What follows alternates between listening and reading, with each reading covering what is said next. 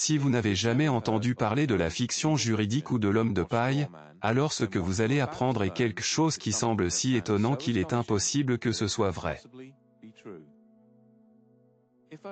Si je vous disais que payer vos impôts, obtenir un permis de conduire, enregistrer votre voiture, payer des amendes et assister au tribunal sont tous facultatifs et que vous êtes trompé pour en être d'accord, que penseriez-vous?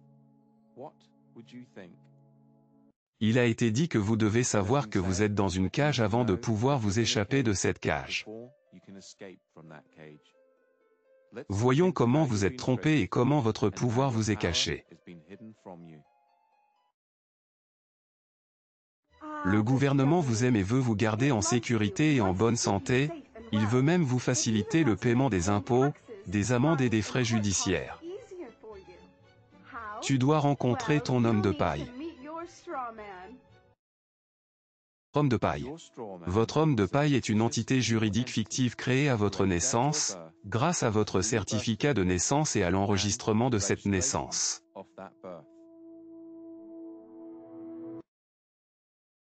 Voici une définition de l'homme de paille. Une façade, un tiers qui est nommé uniquement pour participer à une transaction. Partie nominale d'une transaction. Juridique de Black, 6e édition.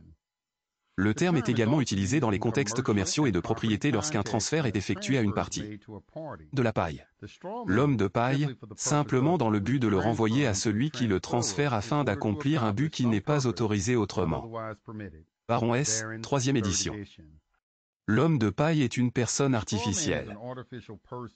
L'homme de paille a été créé par la loi peu de temps après votre naissance par l'enregistrement de votre demande de certificat de naissance. Le nom de l'homme de paille est ton nom en majuscule. Vous remarquerez que l'inscription sur votre certificat de naissance est en majuscule. La langue anglaise dispose de règles de grammaire précises qui ne prévoient pas l'écriture de noms appropriés en majuscules. Donc votre nom écrit en majuscule est un nom fictif. Quand chaque être humain naît, il y a deux entités. L'une est la vraie entité, qui est l'être humain, la chair et le sang. Et l'autre est une fiction juridique, une entité fictive qui n'est rien de plus qu'un morceau de papier, le certificat de naissance. Encore une fois, nous sommes dupés en croyant que c'est la même chose. Et nous avons été trompés pour représenter la fiction juridique, l'homme de paille, ce certificat de naissance. Donc, quand les gens reçoivent des amendes et des choses comme ça, c'est en fait consulter la fiction juridique, l'entité inexistante, la entité corporative qui appartient aux entreprises. Si vous avez des interactions avec la bureaucratie, ils n'interagissent pas avec vous. Ça va. Ils interagissent avec votre fiction juridique. Parce qu'ils ne peuvent pas traiter avec un humain de chair et de sang, ils ont affaire avec une autre société. Quand vous commencez à décomposer les mots que nous utilisons, et que vous commencez à regarder les racines de tous ces mots, et si vous regardez ce que ces mots signifient vraiment, vous commencez à avoir une idée de ce qui se passe. Le mot corporation est très spécifique. Parce qu'il s'agit de corps et de discours, c'est mort de parler. Une société est quelque chose qui est mort. C'est une entité qui n'existe que dans un cadre juridique. Il n'existe pas dans aucun autre cadre du tout. Elle ne devient une entité qu'à travers des mécanismes et des moyens juridiques. En substance, quand vous êtes né, et trop jeune pour comprendre, une entreprise avec votre nom a été créée à travers votre certificat de naissance. Tes parents ont enregistré ta naissance. Ils ont créé une société et ont transféré la propriété de cette société, et vous, à l'État. Il est important de se rappeler que vos parents ont été trompés et n'avaient aucune idée de ce qui se passait. C'est pourquoi l'État peut prendre des enfants de leur famille et ne pas être classé comme un kidnapping. C'est là que tout a commencé. C'est le document de fondation. Toute identification est générée à partir de ce document. Et ceci n'existait pas avant 1933. Ils n'ont été créés qu'en 1933, quand ils ont élaboré ce plan.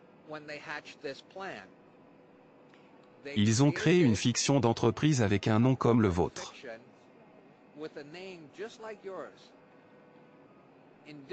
En faisant cela, Ils enregistrent et monétisent l'esprit et l'âme d'un être vivant. Mon nom est orthographié dans tous les cas. Vos capitales aussi. La tienne aussi. Le conduire, votre carte de santé, tout ce que vous obtenez du goût. Votre nom est écrit en majuscules. Et quand vous utilisez une pièce d'identité gouvernementale, vous vous identifiez comme une société.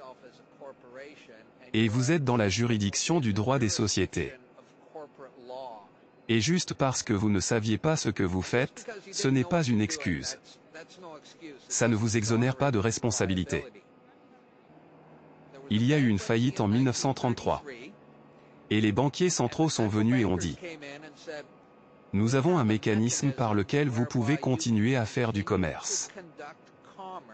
Même si vous êtes en faillite et qu'il n'y a pas d'argent. Promettez à vos citoyens comme garantie.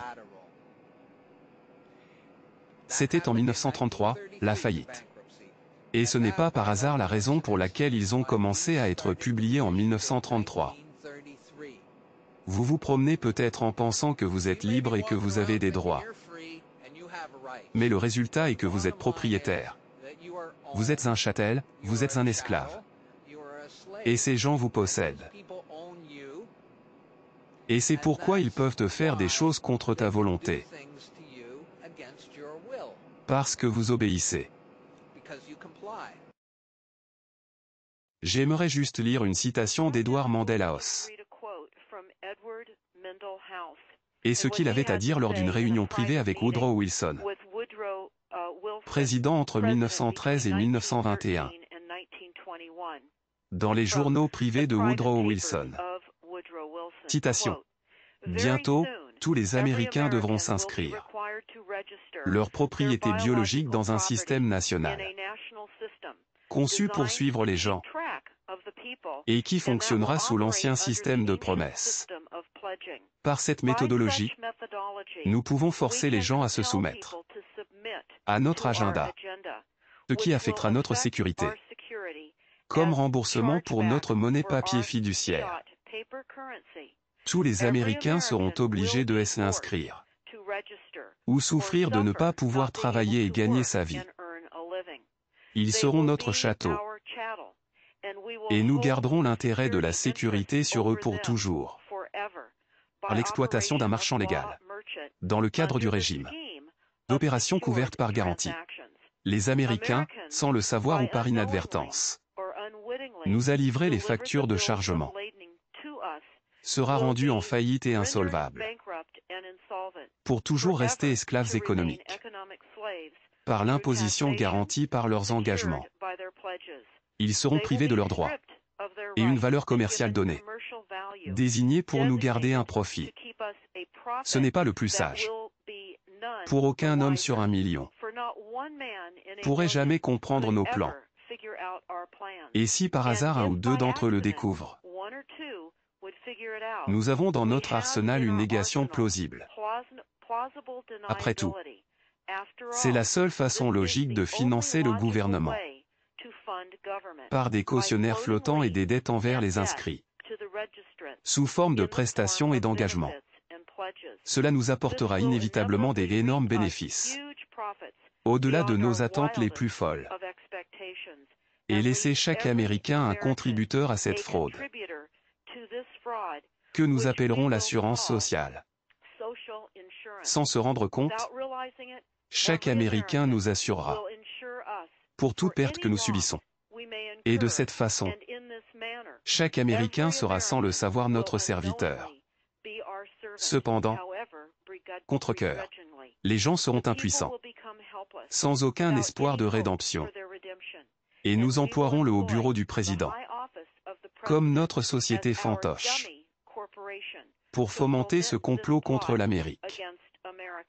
Ayant établi une négation plausible, même si les gens deviennent éclairés, qu'ils avaient un remède et le recherchaient.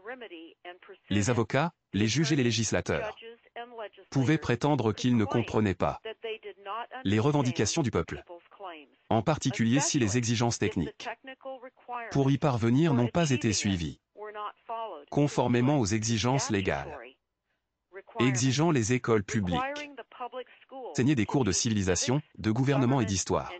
À partir de produits fédéralement approuvés. Des manuels d'études politiquement corrects. Écrits par les maisons d'édition. Détenus par les propriétaires. De la réserve fédérale.